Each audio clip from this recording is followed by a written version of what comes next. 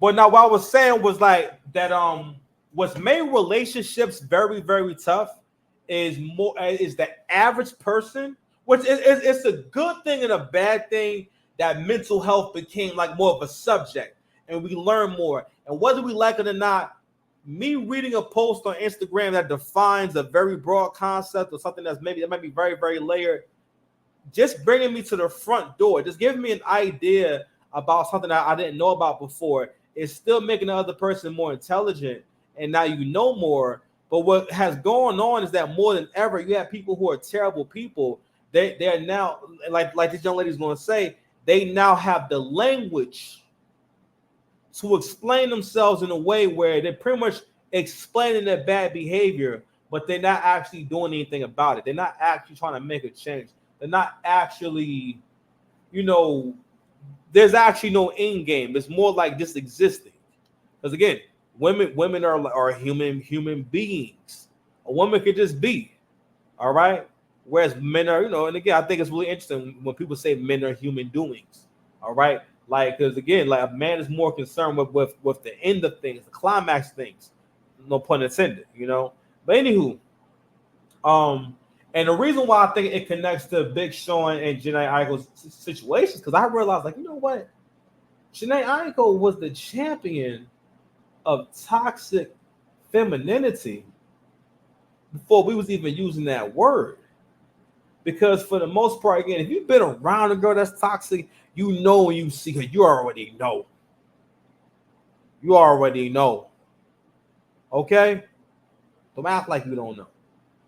But she is like the original girl who played with the crystals, who we talk about the energies, and basically the girl that where you don't know whether or not she's actually saying anything or whether or not what she's saying is valid, but it's like sound good. Like she's that girl, because again, Jhené Aiko, whether she believe or not, between Jhené Aiko and SZA, you know what I'm saying, they have been the most like influential and like subtly making women more it's under the guise of being free spirited, living in your truth, like bullshit like that. But really what it really is reckless behavior that stops you from growth. Basically, it's you not wanting to grow up. It's you not moving forward. I was gonna ask y'all, like, damn, how would y'all lives be? Or how was your life if you had a parent that wanted to be young, or a parent that was not trying to be a mature adult, wasn't trying to grow up? Everything worthwhile takes effort. You understand? Everything worthwhile takes effort. So anyway, I'm gonna go ahead and play this, and I'm gonna do some planks while you guys listen to Shorty cook.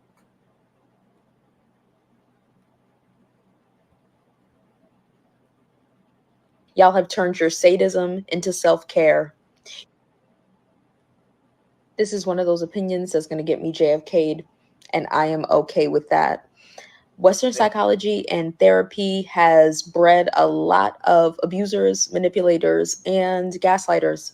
Y'all have turned your sadism into self-care, your barbarity into boundaries. It just gave you the language to do so. Y'all would rather pick up DSM-5s than do a little self-reflection. You have learned to pathologize why you are a bad partner, friend, child, or parent. Instead of just saying, why would I want to help you move? You say, I don't have the space for that right now. Instead of saying, I don't want to listen to all the bullshit going on in your life, you say, I can't have you trauma dumping on me. There's a lot going on for me right now. Instead of saying, I don't like talking to you unless I need something from you, you say, I'm full at the moment. I'm at capacity for this kind of thing, but I'll reach back out to you when I can. Y'all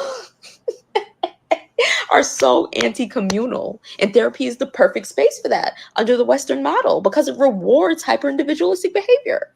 Western therapy tells you it's all about you, babe. It doesn't look at anybody else around you. It insulates you. It's insular, puts you in your bubble. It says you're the focus. It doesn't make you look outside of yourself. And y'all love that. It makes you bad people. It makes you worse people. This is one of those opinions that's going to get me JFK'd, and I am okay with that. Western psychology and therapy has bred a lot of. And I mean, so obviously she probably recently had an experience, and she probably had one of those kind of friends that says stuff like my anxiety. You know what I mean? And also, when nothing that people who have mental health problems, nothing they do is they make things your problem. Or the best way I heard it put is that they will once they see that you're the kind of person who will give them basically give them the stimulation of someone who wants to calm you down, help you feel better, kind of bring you back up. You know what I'm saying? Kind of respond when they see you acting a certain kind of way. You have to realize that there's a certain point that when someone has a pattern, especially an adult, has a pattern of getting not so much getting you into an emotional state, but basically you always wind up having a conversation with them about their feelings, one way or the other, and that's the attention that they want, but they don't know how to just talk to you about how they feel or how to act. And that's another thing too. A lot of people they can't be happy because they don't know how to ask for help or how to ask for love. You know what I'm saying? People for the most part don't like asking, but you get a lot more out of life when you know how to ask, when you know how to say, hey, like, want to make that move now. So, the way that this relates to the topic is that I'm very sure that if that's what she's singing about, bro, that has a huge impact on what kind of relationship can you have with someone who thinks this way. And the thing is that modern women in general all kind of do this because, again, it's a good weapon. This language, everything the old girl was talking about, like the trauma dumping, all that kind of. When I was in my 20s, when I was in college, I never heard none of this shit.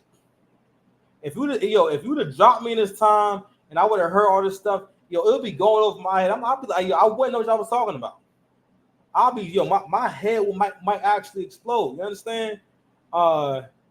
People didn't talk this way before. Not only that, you're also seeing how easily influenced we are. You know what I mean? Like, but another point I want to make is Big Sean I don't want to say he a genius. I think on one hand too, Big Sean talks about having several kinds of relationships with Jhené Aiko. And I think that what he doesn't realize is that she probably should have never been a lover.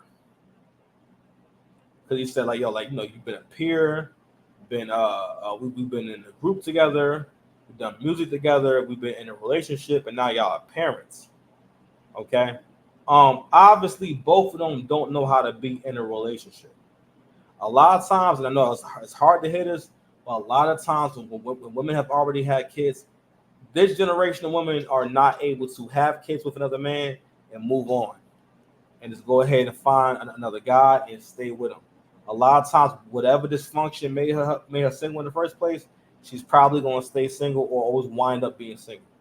A lot of times.